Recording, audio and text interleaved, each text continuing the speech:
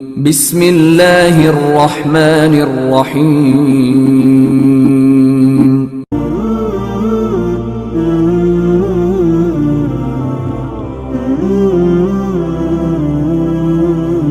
قال النبي صلى الله عليه وسلم لا يؤمن أحدكم حتى أكون أحب إليه من والده وولده والناس أجمعين.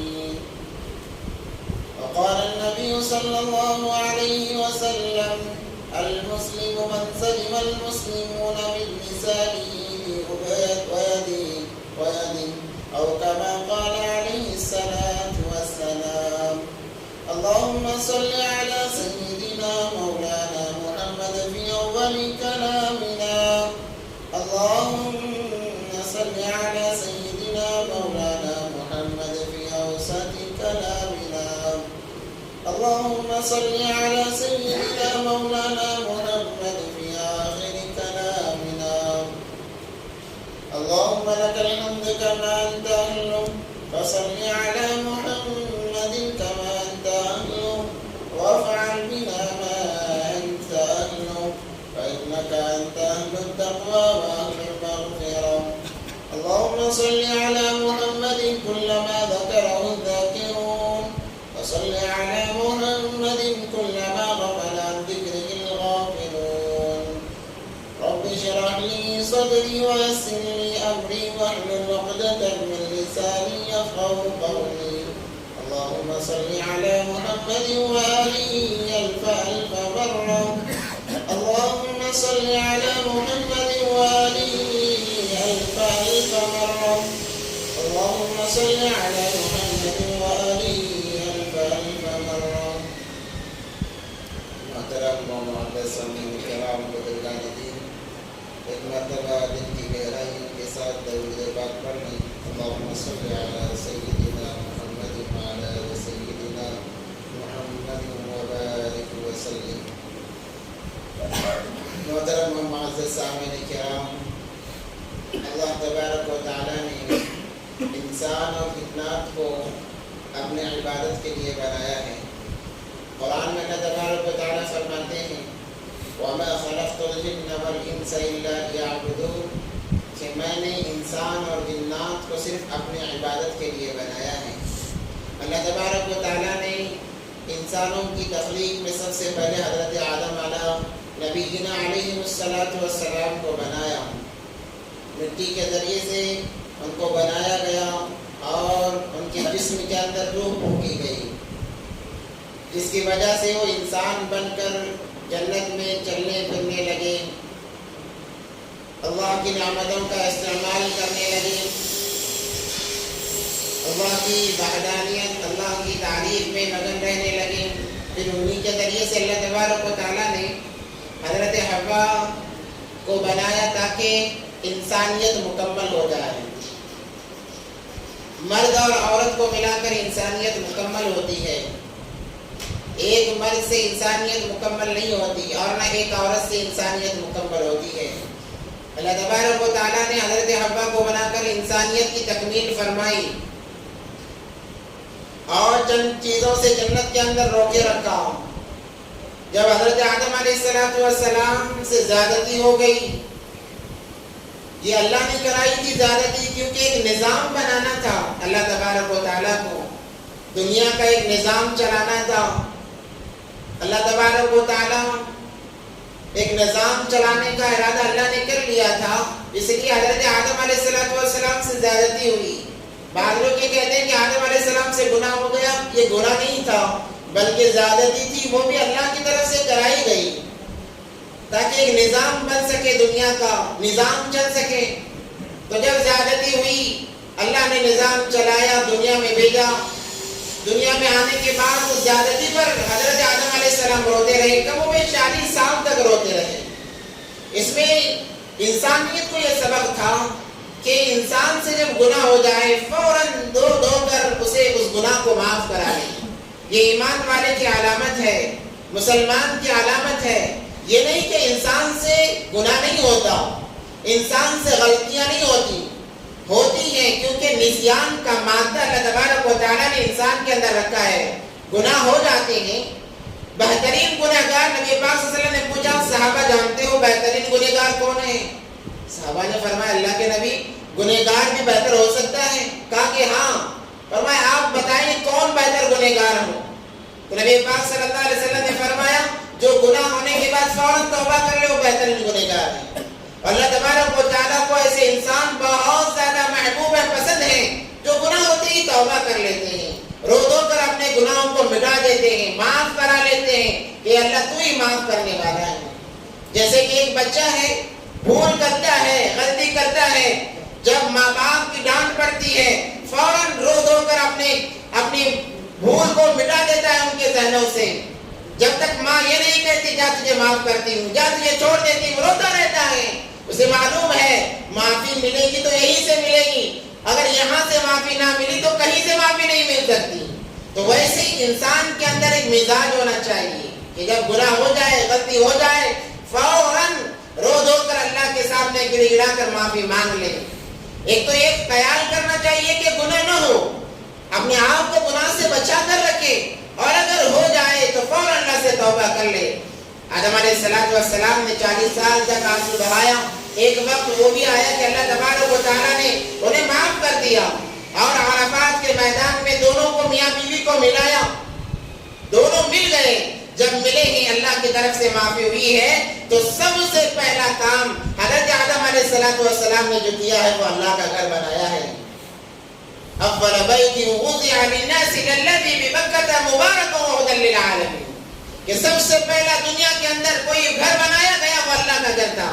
اگر آدم علیہ السلام چاہتے، میاں بیوی مل چکے ہیں، اب انہیں ایک سہارے کی چھت کی ضرورت تھی، وہ اپنا گھر بنا سکتے تھے، مگر انہوں نے اپنے گھر کو ترجیح نہیں دی بلکہ اللہ کے گھر کو ترجیح دی. کیوں؟ اس لیے کہ میرے بعد میرے بیٹے آئیں گے، میری اولاد آئے گی. اگر میں نے دنیا کے گھر کو ترجیح دیا تو میری اولاد بھی دنیا کے گھروں کو ترجیح دینے لگ جائے گی، اور دنیا کے گھروں میں ایسی مگن ہو جائے گی کہ پیدا کرنے والے کو بھول جائے گی. اس لیے آدم علیہ السلام نے گھر بنایا، اللہ کا گھر جسے بیت اللہ کہا جاتا ہے، آدم علیہ السلام نے بنایا اور عبادت کرنے لگے. اس گھر کو آباد کیا عبادتوں کے ذریعے سے.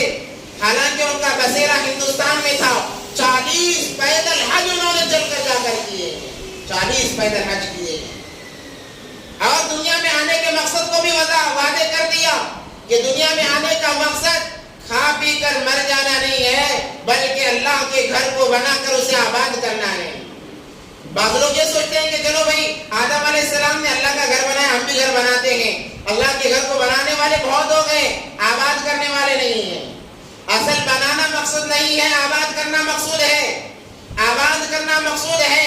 آدم علیہ السلام نے جو تعلیم دی ہے بنانے کی تعلیم نہیں بلکہ آباد کرنے کی تعلیم دی ہے. ایک شاعر اسی لیے کہتا ہے مسجد تو بنا دی شب بھر میں ایمان کی حرارت والوں نے. مسجد کتنے دیر میں بنا دی؟ رات بھر میں مسجدیں بنا لی.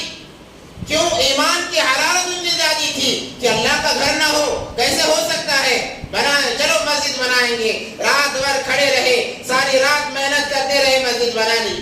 مسجد تو بنا دی شب بھر میں ایمان کی حرارت والوں نے. من اپنا پرانا پاپی تھا برسوں سے نمازی بن نہ سکا. من اپنا پرانا پاپی تھا، برسوں لگ گئے مگر کبھی توفیق نہیں ہوئی پنجگانہ نمازیں اس مسجد میں آ کر ادا کرنے کی. پنجگانہ نماز ادا کرنے کی کبھی توفیق نہیں، برسوں بیت گئے. من اپنا پرانا پاپی تھا برسوں سے نمازی بن نہ سکا. کوئی اجر ملنے والا نہیں ہے. اجر تو تب ملے گا جب مسجدیں آباد ہوں گی. مسجدوں کو نمازوں کے ذریعے سے آباد کیا جاتا ہے. یہی تعلیم آدم علیہ نبی علیہ السلام نے دی ہے ہمیں. اور جب نبی پاک صلی اللہ علیہ وسلم کا ظہور ہوا، نبی پاک صلی اللہ علیہ وسلم کو نبوت ملی، اور نبی پاک صلی اللہ علیہ وسلم اللہ کے حکم سے مکہ سے ہجرت کر کے مدینہ کی طرف روانہ ہونے لگے. پہلا سفر ہوا مکہ سے غار ثور تک، پھر غار ثور سے قبا تک. قبا میں 10 دن نبی پاک صلی اللہ علیہ وسلم نے قیام کیا، وہاں پر ٹھہرے رہے، اور نبی پاک صلی اللہ علیہ وسلم جہاں 10 دن ٹھہرے ہیں وہاں پر ایک سب سے پہلے مسجد بنائی ہے. نبی پاک صلی اللہ علیہ وسلم نے بھی یہ تعلیم دی ہے کہ دیکھو ہم جہاں پر بھی رہیں مسجدوں کو آباد کرتے رہیں. اور اس مسجد کے اندر نمازوں کا سلسلہ شروع کیا گیا, اس کو آباد کیا گیا. جب وہ مسجد آباد ہوئی نبی پاک صلی اللہ علیہ وسلم نے دوسرا سفر شروع کیا مدینہ المنورہ کی طرف. تمام لوگوں کا تعلق مسجد سے جوڑا. قبا میں جتنے لوگ تھے, جتنے صحابہ تھے, سب کا تعلق مسجد سے جوڑا. کہا کہ مسجد سے تمہارے مسئلے تمام حل ہو جائیں گے. اور پہلے ویسا ہی تھا کہ مسجد ایک جگہ جہاں عبادت گاہ تھی, وہیں تعلیم درس گاہ تھی, وہیں خانقاہ بھی تھی, وہیں عدالتوں کا معاملہ بھی چلا کرتا تھا. مسلمانوں کو مسجد کو چھوڑ کر کہیں جانے کی ضرورت نہیں تھی. آج ہم نے اپنے مساجد کو خاص کر لیا ہے, اپنے مسجدوں کو ہم نے خاص کر لیا ہے. کس لیے؟ بس نمازیں ہوں گی, اس کے علاوہ دوسرا کام نہیں ہوگا. اس لیے بعض علماء فرماتے ہیں کہ مسجد کو کبھی بند نہ کیا جائے. ہو سکتا ہے کوئی مسافر نماز کے لیے آئے, ہو سکتا ہے کوئی مسافر نماز ادا کرنے کے لیے آئے. مسجد جب بند پائے گا وہ واپس چلا جائے گا, اس نماز کو ادا نہیں کرے گا. اس کا وبال مساجد کے ذمہ داروں پر پڑے گا. ہاں البتہ یہ بات اور ہے کہ آج کا معاملہ کچھ الگ ہے. لوگوں نے مسجد کو آنا جاگا بنا لیا ہے, آنے جانے کی جگہ بنا لیا, ضرورت کی جگہ بنا لیا. اس وجہ سے آج مسجدیں بند کی جا رہی ہیں. ہونا تو یہ چاہیے تھا کہ لوگ بھی جب آتے عبادت کی نیت سے آتے, اللہ کو یاد کرنے کی نیت سے آتے, 2 رکعت نماز پڑھنے کی نیت سے آتے. مگر آج لوگ بھی آتے ہیں, بڑے افسوس کی بات ہے, اپنی ضرورت کو پورا کرنے کے لیے آتے ہیں, پیشاب و پاخانے کے لیے مسجد کو آتے ہیں. تو پھر مسجدیں بند نہیں ہوں گی تو اور کیا ہوگا؟ گویا کہ ہمارے نظروں کے اندر مسجدیں پیشاب و پاخانہ کے لیے ہے, ضرورت پوری کرنے کے لیے اللہ تمام کی عبادت فرمائے. یہ مسلمان کے لیے, ایمان والے کے لیے شرم کا مقام ہے کہ وہ مسجدوں کو, ایسے مقدس جگہوں کو ایسی چیز کے لیے استعمال کرتا ہے. فقہاء نے لکھا ہے نمازی کے لیے چاہیے کہ جب گھر سے آئے تو فارغ ہو کر آئے. مسجد میں جو ضروریات کے سامان رکھے جاتے ہیں وہ مسافروں کے لیے رکھے جاتے ہیں, تاکہ دور سے جو مسافر آتا ہے اسے ہر چیز مہیا ہو جائے, پیشاب پاخانے کا انتظام ہو جائے, وہ پانی وضو کے لیے پانی کا انتظام ہو جائے. یہ تو مسافروں کے لیے ہے. مگر ہم نے اپنے گھروں کو پاک رکھا اور ہم نے مسجدوں کو گندا کرنا شروع کر دیا. جب ہم نے استعمال کی چیز مسجد کو بنایا ہے, ہمارا تعلق مساجد سے کٹ گیا. جب ایمان والے کا تعلق مساجد سے کٹ جاتا ہے وہ شیطان کے حوالے ہو جاتا ہے, غیروں کے حوالے ہو جاتا ہے. نبی پاک صلی اللہ علیہ وسلم نے قباء کے اندر تمام کا تعلق مسجد سے جوڑا, مسجد کو آباد کرنے کا حکم دیا. اس کے بعد یہ قافلہ چلا ہے مدینہ المنورہ کی طرف. چونکہ مدینے میں خبر پہنچ چکی تھی نبی پاک صلی اللہ علیہ وسلم ہجرت کر کے مدینہ آ رہے ہیں, اور یہ خود چاہتے تھے کہ مکہ کے اندر لوگ بہت زیادہ تکلیفیں دیتے ہیں, ستاتے ہیں, نمازیں پڑھنے کے لیے آڑ بن جاتے ہیں, کھل کر عبادت نہیں کی جا سکتی. مدینے والوں نے کہا اے نبی جی آپ ہمارے دیار میں آئیے, ہم آپ کا استقبال کرتے ہیں, ہم آپ کا خیر مقدم کریں گے, آپ آئیے تو صحیح. جب اللہ کا حکم ہوا نبی پاک صلی اللہ علیہ وسلم قباء سے نکلے ہیں, قباء سے نکلے تو مدینے والے انتظار میں روزانہ جب سے انہیں اطلاع ملی ہے, ہر فرد عورتوں کے علاوہ مدینے سے باہر آ کر نبی پاک صلی اللہ علیہ وسلم کا انتظار کرتا. سورج کے اوپر چڑھنے تک, زوال کے وقت تک, جب تک دھوپ تیز نہ ہو جاتی وہ نبی کا انتظار کرتے. ہو سکتا ہے کہ نبی اب آئیں گے, تب آئیں گے, میں پہلے ملاقات کروں گا, میں پہلے دیدار کروں گا. یہ شوق تھا نبی پاک صلی اللہ علیہ وسلم کی, محبت تھی مدینے والوں کے دلوں کے اندر, جس کی وجہ سے نبی پاک صلی اللہ علیہ وسلم نے مدینہ المنورہ کو اپنا مسکن بنایا, اپنی آرام گاہ بنائی. اسی لیے جب ہجرت کا حکم نہیں ہوا تھا مدینے والوں نے پیشکش کی آپ ہمارے وہاں پر آئیے. تو ایک صحابی نے کہا اے اللہ کے نبی, اے اللہ کے نبی, صحابہ سے کہا اے صحابہ تم بلا رہے ہو, جب یہ تمہارے پاس آئیں گے تم پر حالات آئیں گے, تم پر مصیبتیں آئیں گی, تمہاری عورتیں بیوہ ہو جائیں گی, تمہارے بچے یتیم ہوں گے, کیا تمہیں پسند رہے گا؟ کیا تم بیچ میں ساتھ چھوڑ دو گے؟ مدینے والوں نے کہا تھا اے اللہ کے نبی کیا یہ واقعی بات سچ ہے؟ نبی پاک صلی اللہ علیہ وسلم نے فرمایا کہ ہاں ایسا ہو سکتا ہے۔ تو صحابہ نے پوچھا، انصار نے پوچھا پھر ہمیں کیا ملے گا جب ہم آپ کو لیں گے؟ ہماری بیویاں یتیم بیوہ ہو جائیں گی، بچے یتیم ہو جائیں گے، ہمیں کیا ملے گا؟ نبی پاک صلی اللہ علیہ وسلم نے فرمایا تھا اے میرے صحابہ تمہیں جنت ملے گی اور کیا چاہیے؟ تو صحابہ نے کہا اے اللہ کے نبی اگر یہ پکی بات ہے تو ہم تیار ہیں، اپنی بیویوں کو بیوہ بنانے کے لیے تیار، آپ کے لیے اپنے بچوں کو یتیم بنانے کے لیے تیار، آپ کے لیے اپنا سب کچھ لٹانے کو تیار ہیں۔ اور اس کے بعد میں انصار نے کہا اے اللہ کے نبی ہم سب کچھ کریں گے جب آپ کو اللہ آپ کا مقام بڑھائے گا، آپ کو فتوحات نصیب ہوگی، آپ ہر جگہ آپ کا چرچا ہوگا کہ آپ ہمیں دوبارہ چھوڑ کر تو نہیں چلے جائیں گے۔ نبی پاک صلی اللہ علیہ وسلم نے فرمایا اے میرے صحابہ میں آ رہا ہوں رہنے کے لیے، واپس آنے کے لیے نہیں، اسی لیے فتح مکہ فتح ہوا، نبی پاک صلی اللہ علیہ وسلم کے قبضے میں تمام چیزیں آ گئی، اس کے باوجود بھی نبی پاک صلی اللہ علیہ وسلم نے وہاں قیام نہیں فرمایا، زیادہ دن قیام نہیں فرمایا، بلکہ اپنی اصل جگہ مدینہ المنورہ کی طرف تشریف لے گئے۔ تو صحابہ ہر کوئی یہاں تک کہ یہودی بھی اس وقت کے انتظار میں تھے کہ کب آئیں گے، مگر ان کے انتظار کی گھڑی بالکل ختم ہونے والی تھی۔ وہ وقت بھی آ گیا کہ جب نبی پاک صلی اللہ علیہ وسلم قباء سے سفر کرتے ہوئے مدینے کے لیے روانہ ہو گئے اور علی الصبح مدینہ المنورہ کے اندر داخل ہو رہے ہیں۔ کتابوں میں لکھا ہے کہ مدینے والے آ کر انتظار کرتے کرتے ہر روزانہ چلے جاتے واپس۔ ایک دن ایسا بھی آیا کہ وہ انتظار کر کے واپس جا رہے تھے کہ شاید آج نہیں آئیں گے، واپس مڑ چکے تھے۔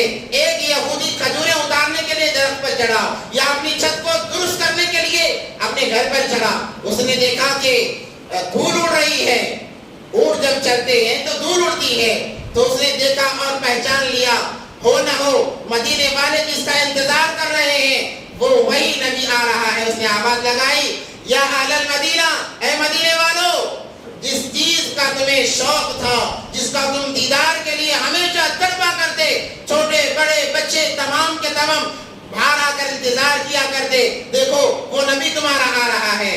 جب مکے مدینے والوں نے دیکھا ان کے خوشی کی انتہا نہ رہی کہ دو جہاں کا سردار ہمارے وہاں پر آ رہا ہے، ان کے خوشی کی انتہا نہ رہی، تمام کے تمام دوڑے ہوئے گئے اور جا کر استقبال کرنے لگے، اہلاً وسہلاً مرحبا کہنے لگے۔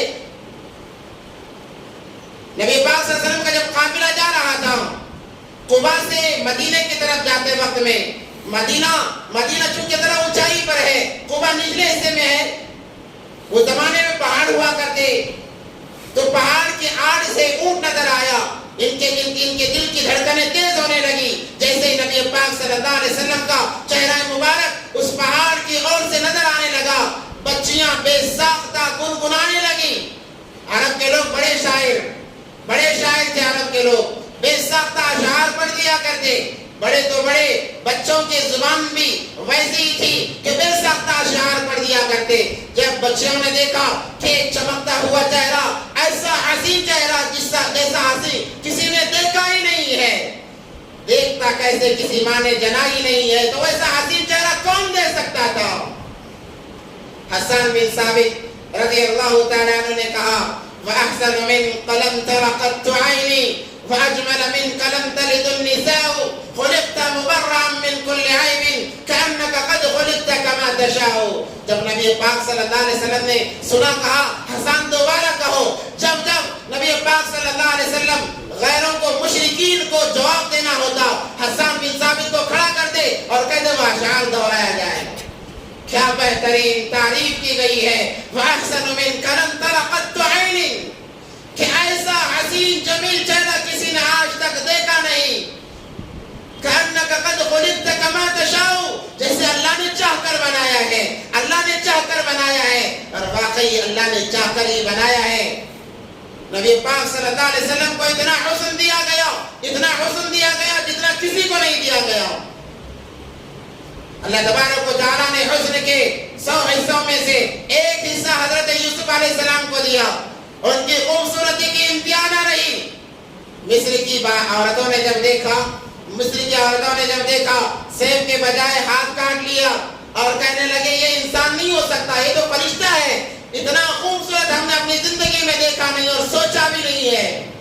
ہم عائشہ فرماتی ہیں مصر کی عورتوں نے، زلیخا نے جب یوسف کو دیکھا تو ہاتھ کے پورے کاٹے، ہاتھوں کو کاٹ لیا، میرے حبیب کو دیکھتی تو پورا کر جاتی۔ وہ حسن اللہ تبارک و تعالیٰ نے دیا تھا۔ جب مدینہ کی بچیوں نے دیکھا نبی پاک صلی اللہ علیہ وسلم تشریف لا رہے ہیں، ان کی زبانوں سے بے ساختہ نکل پڑا، طلع البدر علینا من ثنیات الوداع وجب الشکر علینا ما دعا للہ داعی ایھا المبعوث فینا جئت بالامر المطاع۔ اللہ اکبر، کہنے لگی وہ دیکھو 14ویں رات کا چاند تو اب طلوع ہو رہا ہے۔ آج تک نبی پاک صلی اللہ علیہ وسلم کے نہ ہونے کی وجہ سے ہمارے درمیان ہم تاریکی میں تھے، ہم گمراہی میں تھے، ہم اندھیرے میں تھے، مگر اب نبی پاک صلی اللہ علیہ وسلم 14ویں رات کی چاند کی طرح ہمارے زندگیوں میں روشنی لے کر آ رہے ہیں، روشنی لے کر آ رہے ہیں، ایمان کی روشنی، اسلام کی روشنی۔ طلع البدر علینا من ثنیات الوداع وجب الشکر علینا۔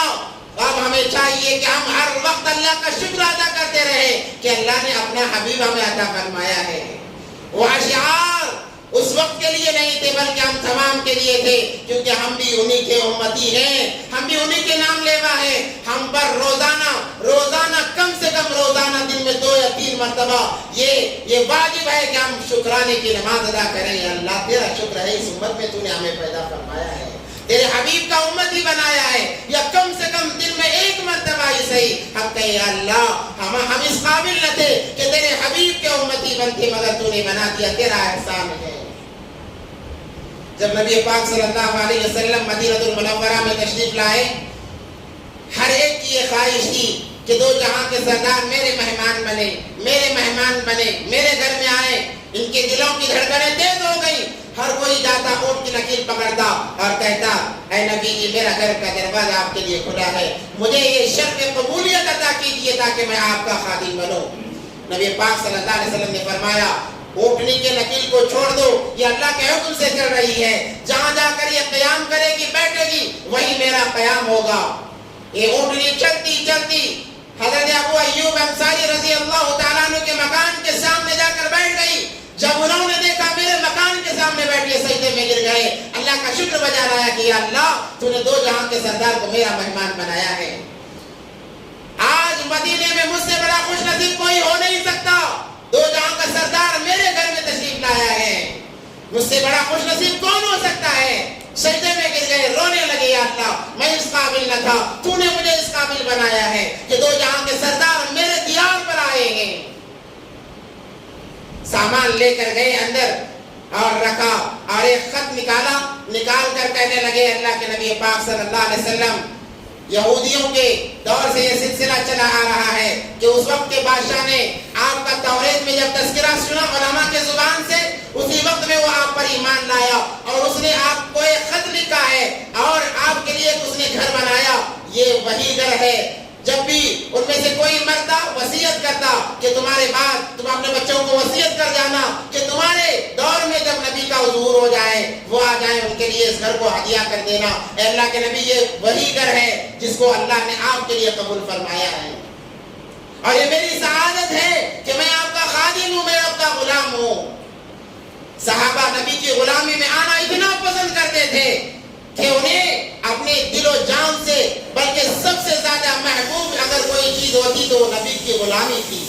اس لیے صحابہ رات میں سوئے ہوتے، اچانک خیال آیا دوڑے بھی آتے، دروازہ کھٹکھٹاتے، نبی پاک صلی اللہ علیہ وسلم باہر آ کر پوچھتے کیا ہوا؟ کہنے لگے آپ کا دیدار، آپ کے دیدار کے بغیر چین نہیں آ رہا تھا، اس لیے آپ کے دیدار کے لیے آئے ہیں۔ اس لیے انہیں ایک فکر ہوتی کہ اللہ کے نبی آپ بھی مر جائیں گے، ہم بھی مر جائیں گے، آپ ہم سے الگ ہو جائیں گے، پھر ہم آپ کو کیسے دیکھ سکیں گے؟ نبی پاک صلی اللہ علیہ وسلم نے فرمایا میرے راستے پر چلو، میرے طریقوں پر چلو، میری سنتوں کو زندہ کرو، تم اور ہم ساتھ میں جنت میں چلے جائیں گے۔ تو صحابہ کو تب جا کر اطمینان ہوا، تو جب جیسے ہی مدینے میں تشریف رکھے نبی پاک صلی اللہ علیہ وسلم نے وہاں پر بھی سب سے پہلے جو کام کیا ہے وہ مسجد کی بنیاد ڈالی ہے، جسے مسجد نبوی آج کہا جاتا ہے، تاکہ لوگوں کا تعلق مساجد سے جڑے رہے۔ کیوں؟ اس لیے کہ ان کا ماحول، ان کا گھر دینی ماحول میں رس بس جائے۔ جب انسان کا تعلق مسجد سے ہوتا ہے، وہ ایمان، وہ دین اس کے گھر میں منتقل ہوتا ہے، اس کے اولاد میں منتقل ہوتا ہے، ان کی عورتوں میں منتقل ہوتا ہے۔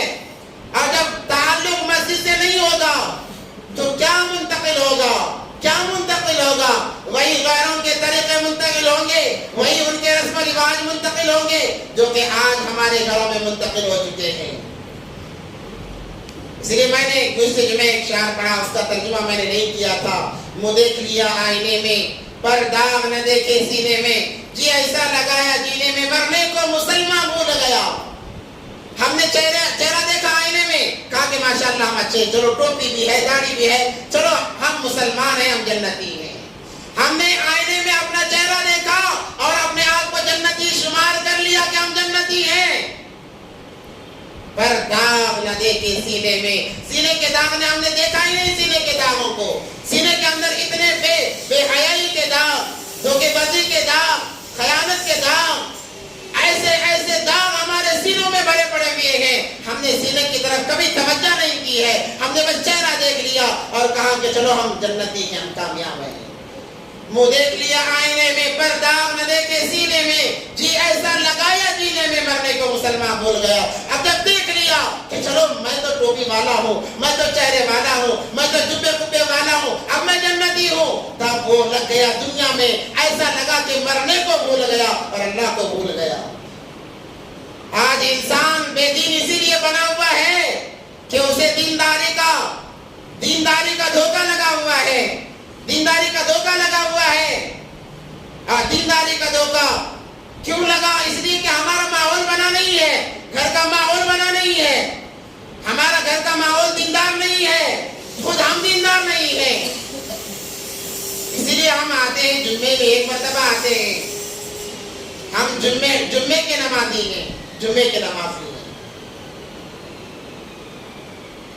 اور اپنے آپ کو کامیاب سمجھ رہے ہیں۔ دن میں 5 دفعہ نماز فرض ہیں، 5 دفعہ آنا چاہیے مسجد کو، مگر ہم نے اس کو جمعے کے لیے خاص کر دیا۔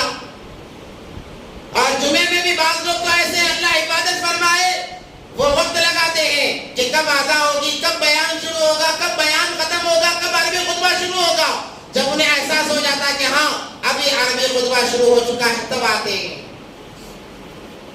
گویا کہ دین کی کوئی اہمیت نہیں، نماز کی کوئی اہمیت نہیں۔ جب بے اہمیتی کے ساتھ میں دباؤ میں آتے ہیں، اللہ کہتے ہیں تیری جگہ میرے گھر کے اندر نہیں ہے، تیری جگہ میرے گھر کے اندر نہیں ہے۔ اے اللہ پھر کہاں جگہ ہے؟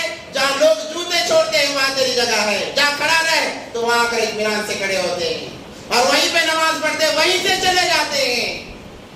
اس سے بڑی نحوست اور کیا ہوگی؟ اس سے بڑی نحوست اور کیا ہوگی کہ مسجد تک آ کر اندر آنے کی توفیق نہیں ملی، مسجد تک آیا ہے، اندر آنے کی توفیق نہیں ملی ہے، بار کا بار وہاں جہاں جوتے چھوڑے جاتے ہیں وہیں کا چلا جا رہا ہے۔ اللہ کہتے ہیں یہیں سے نکل جاؤ، میں تجھے اندر دیکھنا بھی پسند نہیں کرتا۔ تو اصل اپنے گھر کے ماحول بناؤ، اپنے گھر کا ماحول دیندار بناؤ۔ کیسے بنے گا؟ جب تک مردوں کا تعلق مساجد سے نہیں ہوگا گھر کا ماحول نہیں بنے گا، نہ ہمارے بچوں کا ماحول بنے گا۔ آج بے دینی 2 لوگوں میں بہت زیادہ ہے، ایک تو عورتوں کے اندر، دوسرا بچوں کے اندر، اور اس کی اصل وجہ ہم ہیں، ہم ذمہ دار ہیں۔ یاد رکھیں نبی پاک صلی اللہ علیہ وسلم کی حدیث، کلکم راع وکلکم مسئول عن رعیتہ، کہ ہر ذمہ دار کو اس کے ماتحتوں کے بارے میں پوچھا جائے گا۔ آج ہمارے بچوں کے اندر کہاں دینداری ہے؟ آج ہماری عورتوں کے اندر کہاں دینداری ہے؟ ہم نے نبی کے طریقے کو چھوڑ دیا، پچھے پشت ڈال دیا، کہتے یہ ہمارا، ہمیں ضروری نہیں ہے، ہم ماڈرن بن کر جینا چاہتے ہیں۔ دیکھو لوگ کیسے عیاشی سے جی رہے، مزے سے جی رہے، ہم بھی جینا چاہتے ہیں۔ عورتوں نے کہا کہ عورتوں کو آزاد کیا جائے، بچوں نے بھی گوہر لگائی ہمیں بھی آزاد کیا جائے۔ دین اسلام، خودی کے دین کو دین اسلام نہیں کہا جاتا، انسان پورا کا پورا تابع دار بن جانا، تبھی وہ مسلمان ہے۔ حدیث بار بار پڑھی جا رہی ہے، لا یؤمن احدکم، تم میں سے کوئی مسلمان ہو نہیں سکتا، کوئی مسلمان ہو ہی نہیں سکتا، حتی کب تک، حتی اکون احب الیہ من والدہ وولدہ والناس اجمعین، جب تک نبی پاک صلی اللہ علیہ وسلم کا طریقہ، نبی پاک صلی اللہ علیہ وسلم کا لایا ہوا دین سب سے زیادہ محبوب نہ بن جائے۔ نبی کی سنت کی بات آئے، تمام کو پیچھے چھوڑ دے، کہا کہ یہ سنت کے خلاف، کہا کہ میں اسے چھوڑ دیتا ہوں، اسے چھوڑ دیتا ہوں۔ نبی کی سنتوں کو اپنایا جائے، جب تک ان سنتوں سے محبت سب سے زیادہ نہیں ہوگی تب تک کوئی انسان مسلمان نہیں ہو سکتا۔ لا یؤمن احدکم حتی اکون احب الیہ من والدہ وولدہ والناس اجمعین۔ اس لیے ماحول کا بنانا بہت زیادہ ضروری ہے۔ آج ہمارے اولاد نافرمان کیوں بنتی جا رہی ہے؟ آج مسلمان کی اولاد ایمان کے خلاف ہے، مسلمانوں کے خلاف ہے۔ آج جو خرافات نظر آ رہی ہیں، آج جو خرافات نظر آ رہی ہے، آج جو بے دینی نظر آ رہی ہے، آج جو مسلمانوں کے دین پر حملے کیے جا رہے ہیں، یہ مسلمانوں ہی کی بدولت ہے، یہ مسلمانوں ہی کی بدولت ہے۔ اللہ تبارک و تعالیٰ نے غیروں کو مسلط کر دیا ہے، غیر ایمان والوں کو مسلط کر دیا ہے، کہا کہ ان پر مسلط ہو جاؤ جب تک یہ سیدھے نہ ہو جائیں، جب تک یہ اپنے ماحول کو نہ سدھاریں۔ ماحول اعمال سے سدھرتا ہے، میرے کہنے سے نہیں سدھرے گا، آپ کے سن لینے سے نہیں سدھرے گا، اعمال کرنے سے، اعمال پر جمنے سے ماحول بنے گا۔ اللہ نے ہدایت کے لیے قرآن دیا ہے، رسول اللہ صلی اللہ علیہ وسلم کی سنتیں ہمارے سامنے، نبی پاک صلی اللہ علیہ وسلم کے متعلق اللہ نے فرمایا لَقَدْ كَانَ لَكُمْ فِي رَسُولِ اللَّهِ أُسْوَةٌ حَسَنَةٌ۔ بہترین زندگی چاہتے ہو، میرے حبیب کی زندگی دیکھ لو، صحابہ کی زندگی دیکھ لو، یہ بہترین زندگیاں ہیں۔ قرآن ہمارے درمیان میں ہے، مگر پڑھے کون پڑھے؟ سالوں سال نکل جاتے ہیں، کبھی قرآن اٹھا کر دیکھنے کی توفیق نہیں۔ ہاں اٹھاتے ہیں، کب اٹھاتے ہیں؟ اگر گھر میں کوئی انتقال ہو جائے، ہاں فلاں ہمارے باپ کا انتقال ہو گیا، وہ زمانے میں قرآن رکھا ہوا ہے، ابا کی شادی میں دیا ہوا قرآن وہ نکال، وہ پڑھیں گے۔ کیوں؟ ابا کی شادی میں دیا ہوا قرآن ابا کی میت پر پڑھیں گے، اب وہ قرآن نکالا جا رہا ہے۔ ابا کی شادی میں دیا ہوا قرآن ابا کی میت پہ، ماں کی شادی میں دیا ہوا قرآن ماں کی میت پہ۔ بے دینی اور زیادہ نہیں پڑے گی تو اور کیا ہوگا؟ ایک صحابہ کا دور تھا کہ جیسے شام ہوتی گھر سے قرآن کی آوازیں نکلتی، سارے گھروں سے قرآن کی آوازیں۔ آج ہمارے گھروں سے کیا آوازیں نکلتی ہیں؟ میوزک کی آوازیں نکلتی ہیں، گانے بجانے کی آوازیں نکلتی ہیں، ڈانس سکھایا جاتا ہے، گھروں میں مائیں سکھاتی ہیں، بچوں کو مائیں ڈانس سکھا رہی ہیں، اور کہتے ہیں کہ ہم ہی پریشان ہیں، ہم ہی پریشان ہیں۔ تم ہی پریشان رہو گے جب تک سیدھے راستے پر نہیں آؤ گے۔ آج ہم نے قرآن کو میت کے لیے خاص کر دیا ہے۔ اگر ماحول تو ایسا بن گیا ہے، کسی کے گھر سے قرآن کی آواز آئی تو خود بخود اس کے دماغ میں آ جاتا ہے، ہو سکتا ہے کسی کا انتقال ہوا، چلو جا کر پوچھ لیں کون بنا ہے۔ یہ ماحول ہم نے بنا دیا ہے، اس کو بدلنے کی ضرورت ہے، اس کو بدلنے کی ضرورت ہے۔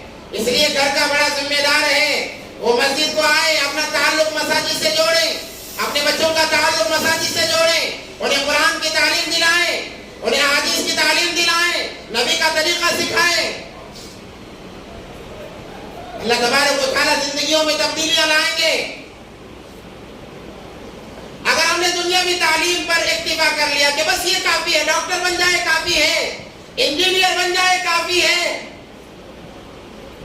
گھر سے ایمان کے جنازے نکلیں گے، گھر سے سنتوں کے جنازے نکلیں گے، اور ہم نے اس کو کامیابی سمجھ رکھا ہے، ڈاکٹر بن جانا کامیابی سمجھ رکھا ہے، انجینئر بن جانا کامیابی سمجھ رکھا ہے۔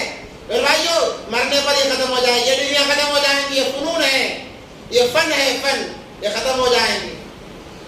مرنے کے بعد اللہ تبارک و تعالیٰ ڈاکٹر کی ڈگری نہیں دیکھیں گے، سرٹیفکیٹ نہیں دیکھیں گے، وہاں پر تو ایمان کا مطالبہ، اور عجیب بلا یہ ہے کہ جب بچہ ڈاکٹر یا انجینئر بن جاتا ہے ماں باپ بات کرتے ہوئے ڈرتے ہیں کہیں بچہ ناراض نہ ہو جائے، بچہ ناراض نہ ہو جائے۔ اسی کے مقابل اگر آپ نے بچے کو صحیح معنوں میں مسلمان بنایا ہوتا، انسان بنایا ہوتا، قرآن و حدیث کی تعلیم دی ہوتی، ماں باپ کا احترام سکھایا ہوتا، تو یہ بچہ آپ کے سامنے بلند آواز سے بات کرنے سے ڈرتا کہ میرے ماں باپ ناراض نہ ہو جائیں، اگر یہ ناراض ہو جائیں گے میری نمازیں منہ پر مار دی جائیں گی، میرے حج و زکات میرے منہ پر مار دیے جائیں گے۔ چند پیسوں کے لیے اپنے ایمان کو ہم بیچنے چلے ہیں، چند پیسوں کے لیے، وہ بھی ساتھ میں آنے والے نہیں ہیں۔ انسان چاہے جتنا بڑا کروڑ پتی بن جائے، مر گیا ایک سکہ لے کر نہیں جا سکتا، ایک سکہ نہیں لے کر جا سکتا۔ اگر اس نے سونے کی انگوٹھی بھی پہنی ہوگی، اگر وہ نہ نکل رہی ہو، کوئی کہہ دے چھوڑو بھائی نہیں نکل رہی ہے چھوڑ دو، کہیں گے نہیں خبر میں کوئی چیز میں نہیں جانا، ایک چیز میں نہیں رہنا بھائی نکالو۔ اور یہ واقعات یہ ہے کہ انگلیاں کاٹ کر انگوٹھیاں نکالی گئی ہیں۔ اس مال کا کیا فائدہ جب ہمارے کام نہ آ سکا؟ اس کا مطلب یہ نہیں کہ بس اللہ اللہ کرتے رہنا، ایسا نہیں ہے، ایسا ہرگز نہیں ہے، بلکہ ضرورت کے مطابق روزی کمانا بھی چاہیے، اور فرض ہے ضرورت کے مطابق روزی کمانا۔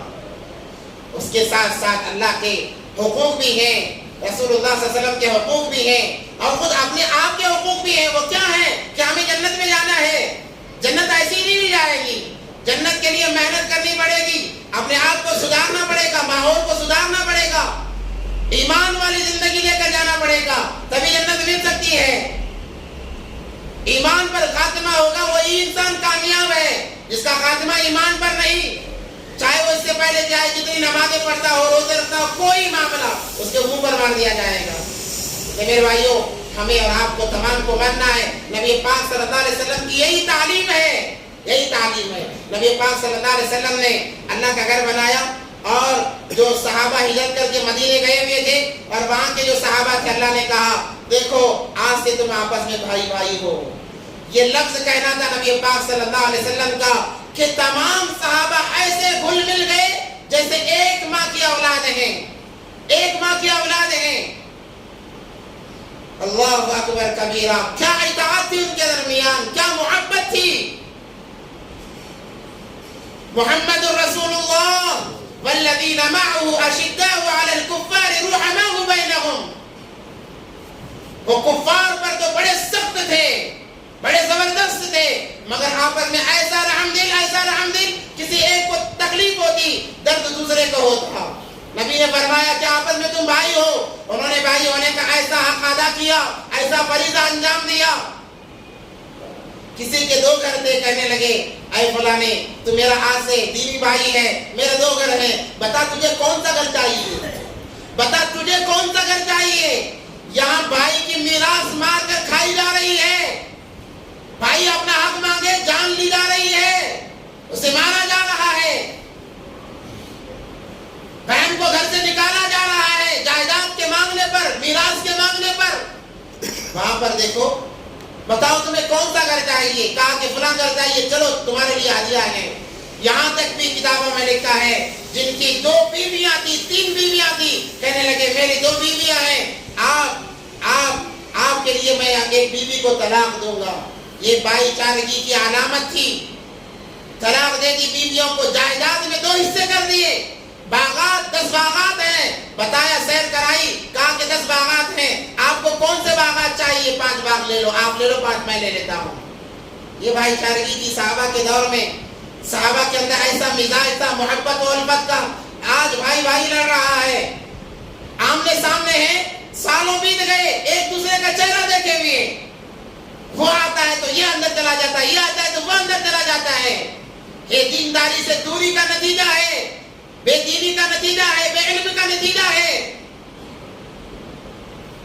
نبی پاک صلی اللہ علیہ وسلم کا ایک لفظ کہہ دینا کہ آپس میں بھائی ہو، ایسی بھائی چارگی نبھائی ہے کہ رہتی دنیا تک مثال قائم کر دی۔ کبھی ان کو پرایا نہیں سمجھا مہاجر صحابہ کو، کہا کہ یہ تو اپنے ہی ہیں، بلکہ جائیدادیں دے دی ان کے نام پر۔ نبی پاک صلی اللہ علیہ وسلم کے ہر ایک بول کو اپنی زندگی میں رچا دیا، بسا دیا، اور ویسی زندگی گزار کر بتائیے صحابہ نے، تب جا کر کہا اللہ تبارک و تعالیٰ نے کہ یہ صحابہ تمام کے تمام کامیاب ہیں. اصحابی کن نجوم کہا نبی پاک صلی اللہ علیہ وسلم نے. میرے صحابہ تو ستاروں کے مانند ہیں. آج اسی کی کمی ہے ہمارے ماحول میں, ہمارے زندگیوں میں اسی کی کمی ہے. ہم دوسروں کو نہیں, کم سے کم اپنوں کو تو بھائی سمجھیں, اپنے سگے بھائیوں کو تو بھائی سمجھیں, اپنی سگی بہنوں کو تو بہنیں سمجھ کر میراث دے دیں. ان کا حق ڈبا کر نہ کھائیں. یہ تمام کا تمام حرام ہے. کھاؤ گے کب تک بڑے بنو گے, کب تک بڑے بنو گے؟ ایک دن موت آئے کہ مر کر جانا پڑے گا. قیامت کے دن اللہ حساب کریں گے, اور اللہ ایسے حساب کرنے والے ہیں کہ بے سینگ والی بکری کو اللہ سینگ دیں گے. کہا جائے گا تیرے دنیا میں سینگ نہیں تھے اور اس کے سینگ تھے, اس نے تجھے مارا تھا, آج تجھے سینگ دیتا ہوں, اسے بے سینگ بناتا ہوں, جا مار. اللہ ایسا انصاف کرنے والے ہیں. یہ انصاف کیا جائے گا. بڑی حدیث ہے, لمبا وقت لگے گا, مختصر بات بتا کر اپنی بات ختم کرتا ہوں. نبی پاک صلی اللہ علیہ وسلم نے فرمایا, صحابہ جانتے ہو میری امت کا مفلس کون ہے, غریب کون ہے, فقیر کون ہے؟ صحابہ نے فرمایا اللہ کے نبی جس کے پاس مال نہیں, درہم دینار نہیں, وہ غریب ہے. نبی پاک صلی اللہ علیہ وسلم نے فرمایا نہیں, میری امت کا غریب فقیر وہ ہے کہ جب وہ مر کر آئے گا اس کے پاس اتنی نیکیاں ہوں گی, اتنے اعمال اس کے پاس ہوں گے, اگر اس کی نیکیوں کو زمین پر رکھ دیا جائے زمین دھنس جائے گی, زمین دھنس جائے گی. اتنی نیکیاں لے کر آئے گا, نیکیوں کے پہاڑ ہوں گے, پہاڑ کے پہاڑ ہوں گے. مگر افسوس کہ کسی کو گالی دی ہوگی, کسی کو ناک مارا ہوگا, کسی کا مال ہڑپا ہوگا, کسی پر ظلم کیا ہوگا, ایک ایک کر کے قطار لگا کر آئیں گے, یہاں تک کہ یہ تمام کے تمام نیکیاں ختم ہو جائیں گے. اب بھی لوگ باقی رہیں گے. فرشتے پوچھیں گے اللہ اب بھی باقی ہے, اب کیا کیا جائے؟ کہا جائے گا نیکیاں ہیں ختم ہو گئی, اب کیا کیا جائے؟ کہا جائے گا ان تمام کے گناہ لو اور اس کے سر پر ڈال لو اور منہ کے بل گھسیٹ کر اسے جہنم میں پھینک دینا.